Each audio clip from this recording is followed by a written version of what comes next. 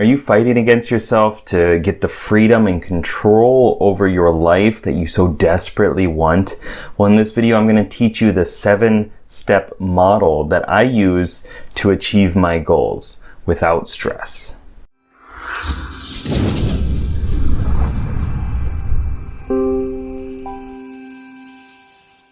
What's up, legend? It's Sherman here from Geek Psychology, helping you find your true character and level it up so you can play life better.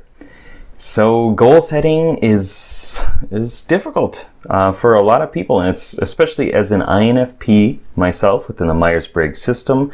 This is someone who has this kind of inferiority complex around achieving goals, goal setting, measuring my progress, delegating tasks to other people, and kind of just dissociating, I guess, myself from the goal.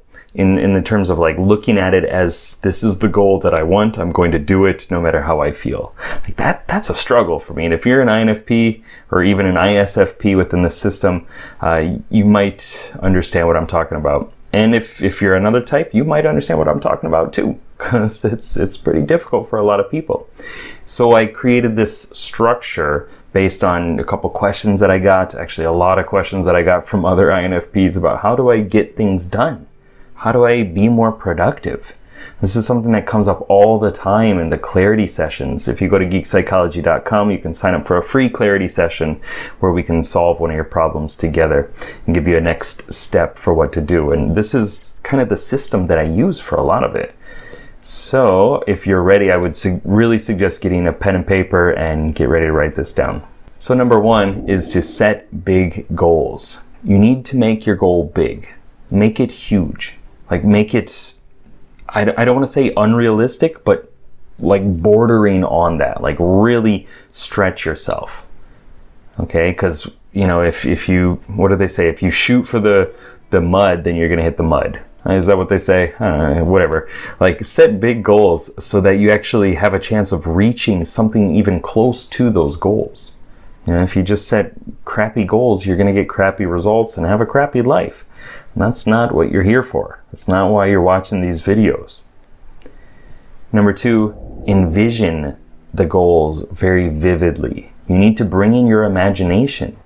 You need to get clear on like, okay, if this is a business goal, right? Set up in your mind, envision what are the things that you're doing, when are you doing them, where are you? Like picture the circumstances really clearly. If it's a relationship, then who is your perfect partner? Because you set that big goal, right? So I imagine you're going for perfect here or very, very close to it. So who is that perfect partner? What do they look like? What do they sound like? What are they interested in? What do they smell like? What are they doing? What is your life like with them? Get really clear on that. Because if you're not clear on it, fuzzy targets don't get hit. Right? You need to have something that you're very specific about so that you know when you get there. And so that it's also on your reticular activating system and it's stuff that you're looking for and your mind is helping you get to your goal. Number 3, review the big goals. So now that you've set the big goal and you envision the big goal, you need to review it.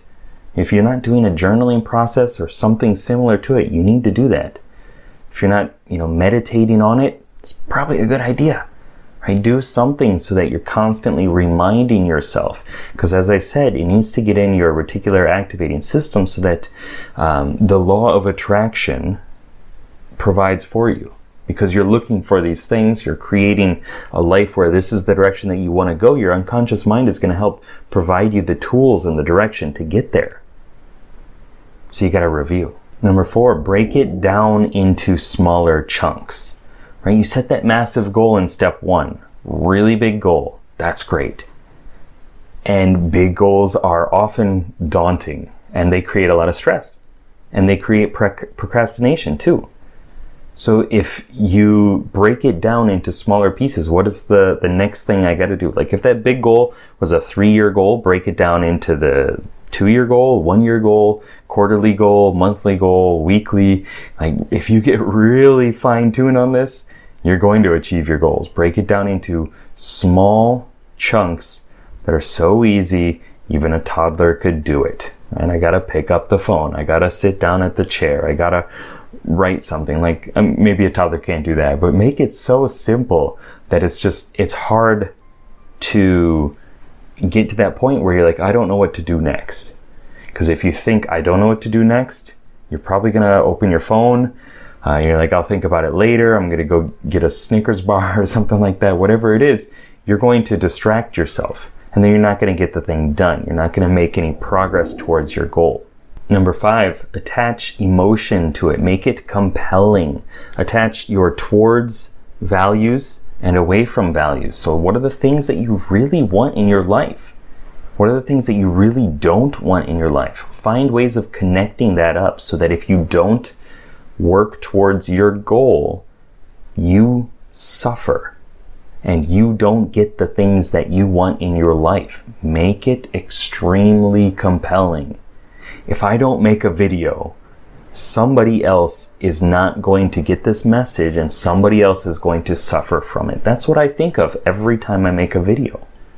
When I don't feel like doing it, that's the kind of thought that goes through my mind.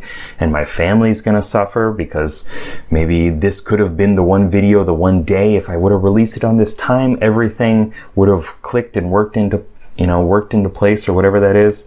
It just would have been perfect. But I didn't do it. Ooh, okay, I gotta do it now, right? Or I'm the type of person that doesn't make these videos. I'm the type of person that gives in to my procrastination. That doesn't feel right for me. So I gotta do it, right? Find compelling emotions to drive you towards your goal. Number 6, make it easier to do by reducing or eliminating the obstacles. If it's a health goal, you want to be healthier, you want to stop eating so much junk food, whatever it is, like, get rid of the junk food. Throw it out. If it's not there, you can't eat it, right? Then you have to take extra steps to go get it. Same with like smoking. If you just don't have cigarettes, you can't smoke, or you have to walk or drive or go out of your house or do whatever it is to get those, right? And it makes it more of a hassle to do it. If it's a relationship thing, well, you probably shouldn't do specific things on the internet that I'm not going to talk about right here, but I think you know what I'm talking about. If it's something like, I want to draw more, that's your goal. Well, the obstacles that are stopping you from doing it could be the environment, right? So set up a desk, set up an area that, like, this is my drawing desk. That's the only thing I do here, right? If you want to be more productive and you play a lot of games, delete the games. Delete the ones that are taking up your time, that are negatively compounding your waste of time, right? Because if you're playing games, then that's also time that you're not spending on going towards your future. So it's a negative value, right? It's painful. It's hard to do, but you got to do it if that's what you want. If you want to make these, really emotional and compelling goals successful, and you got to do it. And number 7, build in the habit through repetition. It's a journey. It can be hard sometimes. It can be something you don't want to do. Sometimes you fall off. Sometimes you break the chain. You don't do it one day. You sneak in a snack or whatever it is. And that's part of the journey. Like, in my opinion, don't be extremely hard on yourself for it. Be happy that you're on the journey and you're making progress most of the time.